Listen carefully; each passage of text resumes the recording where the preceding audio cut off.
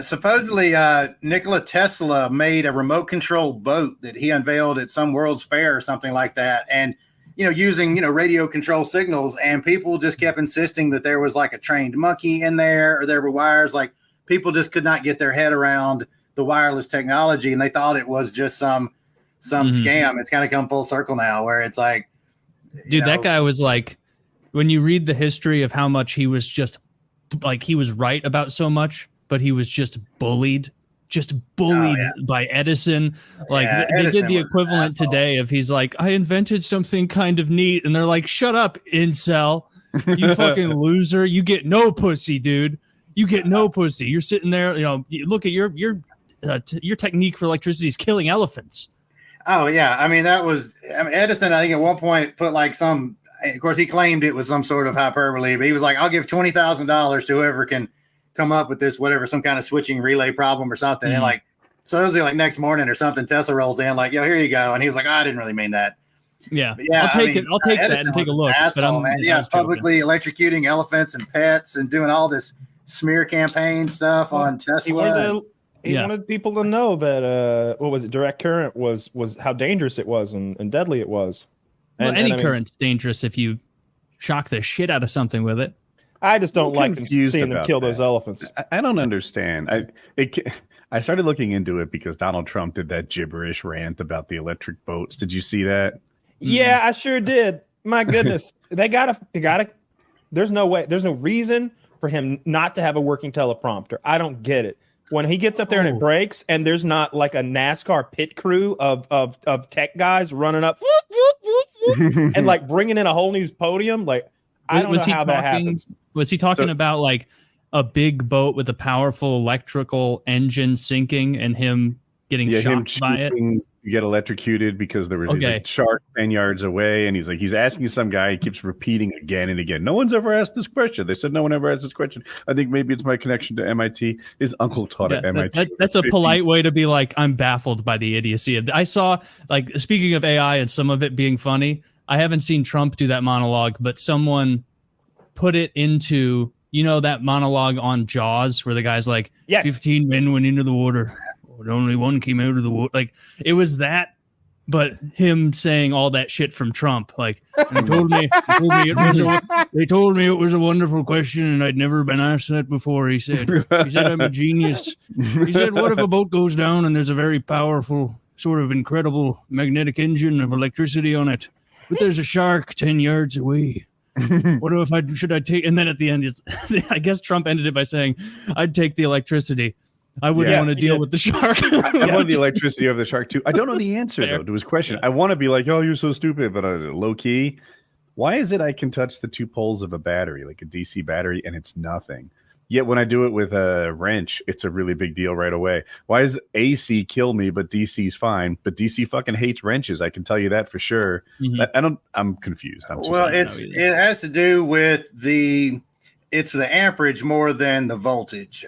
DC, when you touch it with your hands, for example, the car battery, your body is a conductor, but there isn't enough amperage in that battery to push through the resistance of like your thumb. Wait, doesn't a battery have like 650 cold cramping amps and a AC have like 15 amps? It's almost.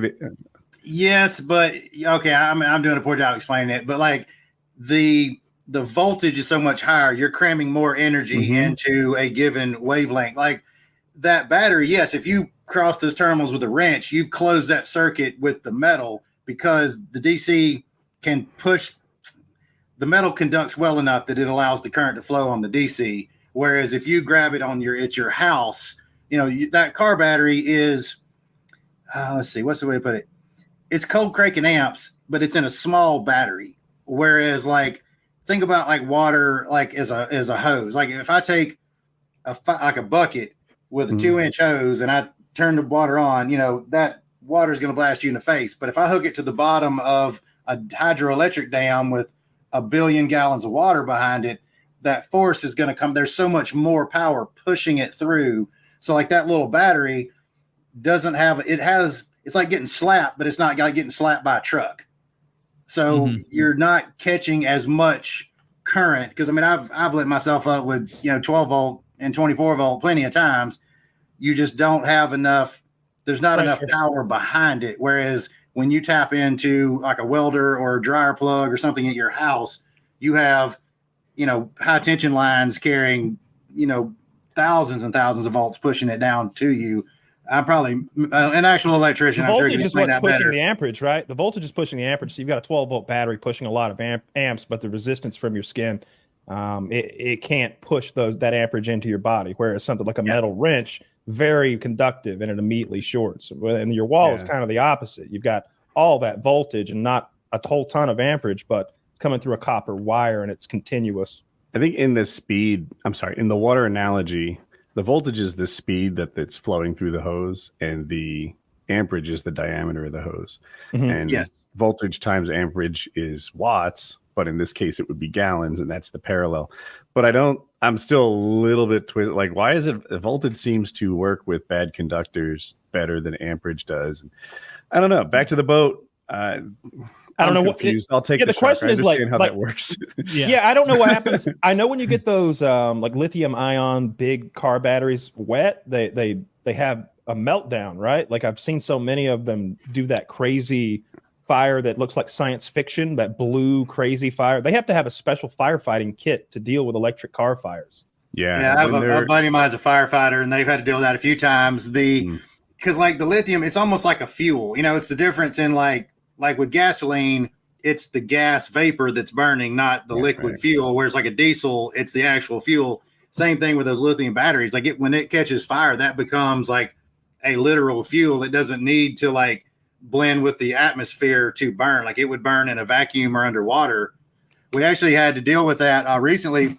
In about a week, we're going to take the junkyard cars back to Alaska to throw them off the cliff again for the 4th of July, which is nice, an absolutely awesome thing we do each year. What's the drop off that cliff? It's about 400 feet, 350 feet. I mean, it's enough. Like it's a real drop. We're not just throwing them off the back of your grandmother's carport. It's about 40 stories down there. When you see it online, it's kind of a forced perspective. If somebody's at the bottom looking at it, it looks very compressed, but there's a good couple hundred yards from the base of that cliff. Anybody ever base jump off that thing?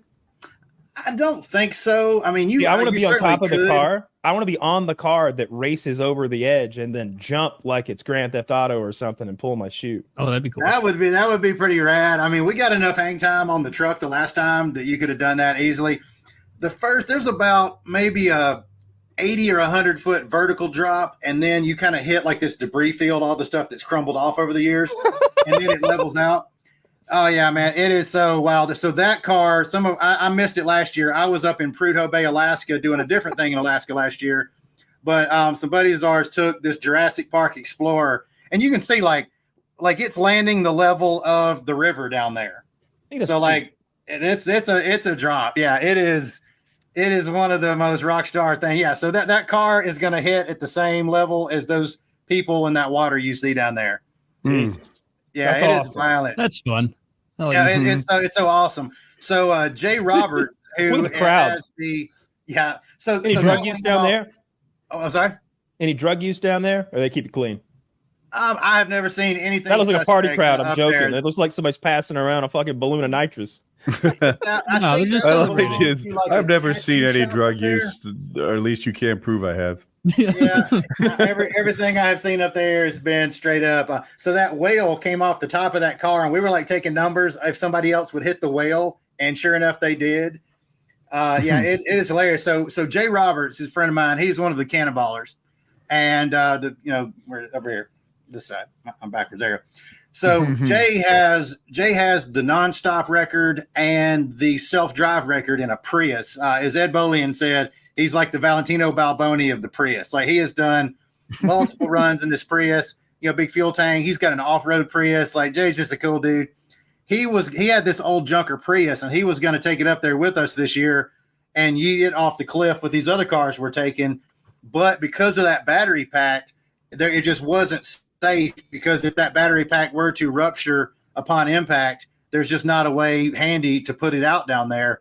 So they had to pull the plug on launching the Prius because of that lithium battery pack. Yeah. But it's going to be safe for the crowd. It wouldn't be safe for the crowd. It wouldn't be safe for the crowd, but I'd like to see the cars explode midair. There's this this famous video from the Mideast where a car drives over an anti-tank mine and it launches the car way up in the air and it's tumbling as it goes. And there's a little bit of a smoke trail as it goes. And it turns out it was a suicide bomber. And as it reaches its apex, and I mean like a movie director said, and now it explodes. And you get this double boom at the apex of the car just going into a million pieces. And it's so cool. I saw that video too. That was like almost like one of those like Roadrunner cartoon level of like timing. Like it was the same thing. You just go along, and that was some violence. I mean, Arnie, the guy that runs the Cliff Launch thing up there, he's super safety conscious. When you see the videos, the way the lens kind of compresses things, it looks like people are right up on it. It's a couple of 100 yards. I mean, you couldn't. I don't know. I mean, if you launched a McLaren or a Hellcat or something off of there, you might hit the crowd. But the gravel surface up top is so loose, you couldn't put enough traction down to really get that kind of speed. But he's always been very safety conscious. Like there's no power because we were going to like, hey, we're going to throw some tannerite in there. We were going to all these bad ideas. And they were like, no explosives. There is just enough gas in that car to get it off of the hill. All the other fluids are drained. All, the glass has been removed. Anything loose, spotlights, any other part that could fly off. Also, like I had this idea of like, wouldn't it be fun to like send off an RV and have a bunch of like mannequins in there, like they're all cooking breakfast and sitting on the toilet. And he's like, no, like nothing that like a kid might see and mistake for a person getting hurt. Sucks. Well, no, they're cool. I mean, they've got an awesome thing going on. Well, you have to say that, but I'll let you know. Yeah. Your idea was great, and it's a shame they shut it down. Well, it is such a fun event, and it is Glacier View, Alaska is about an hour from Palmer, which is probably about the only real city out there in central Alaska. And they got a good thing going on, and I totally understand them not want to mess it up. But, it's a family-friendly thing, and they keep it clean, and rightfully so. It's a fun event. I was heartbroken I missed it last year, and if I had not been doing something else equally cool, I would have found a way. But we're heading out again this week, end of next week, actually. I partnered up with these guys, RMJ Tactical. I picked them up as a sponsor, and I used one of their Tomahawks on the last trip to do some sketchy stuff.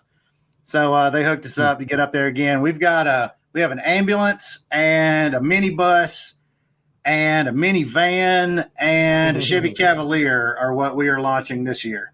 Has anybody ever like armored up a car, like a mini contest to see like who's can survive the best? So Finnegan and Freiberger from Roadkill tried that a few years ago. It didn't work. I was talking with Hot Wheels a couple of weeks ago, and I was hitting them up to see if they were into sponsoring something. Mattel is a super cool company, but that doesn't really fit their brand. Their thing is all about like building tough, indestructible toys, not things that get destroyed. And I could see that. But that kind of got my idea spinning though of like, what if we could build a car that would survive the drop?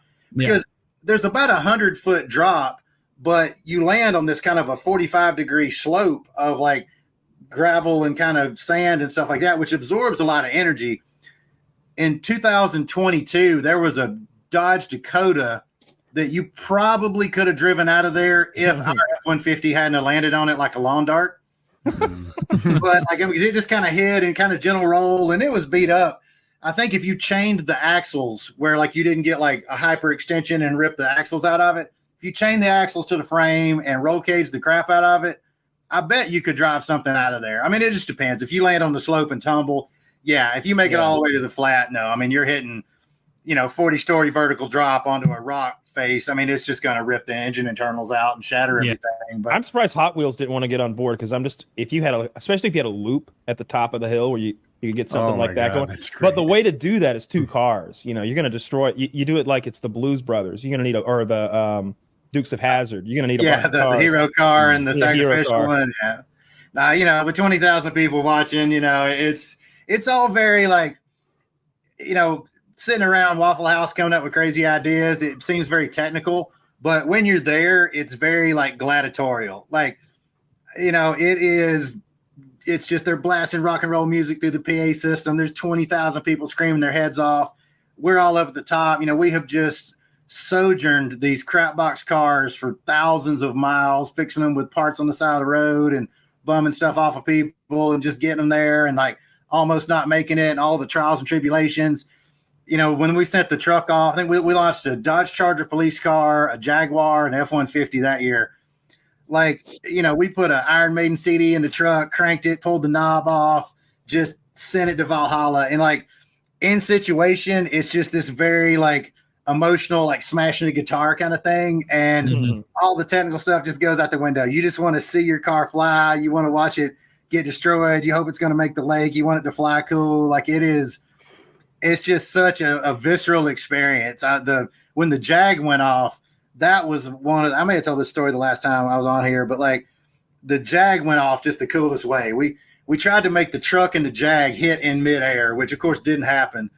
Truck gets this beautiful arch, just lands and comes apart like the Challenger when it hits. The Jaguar, we've been having all kind of like fuel pump issues, and Matt, our mechanic, was just awesome keeping that thing going. And so the Jag goes off. At that point, they pretty much just attached like a little pint jar of gas to the top of the engine, just enough to get it off. And it had a small block Chevy in it. We'd cut the exhaust manifolds like off at the engine, basically. So it's just raw dogging it right in. Car goes off, you know, V8's just screaming wide open. It just floats through the air. As the car noses down, it just like breaks in half, and the engine just rips apart from the transmission with its own fuel supply still attached. Oh, sick.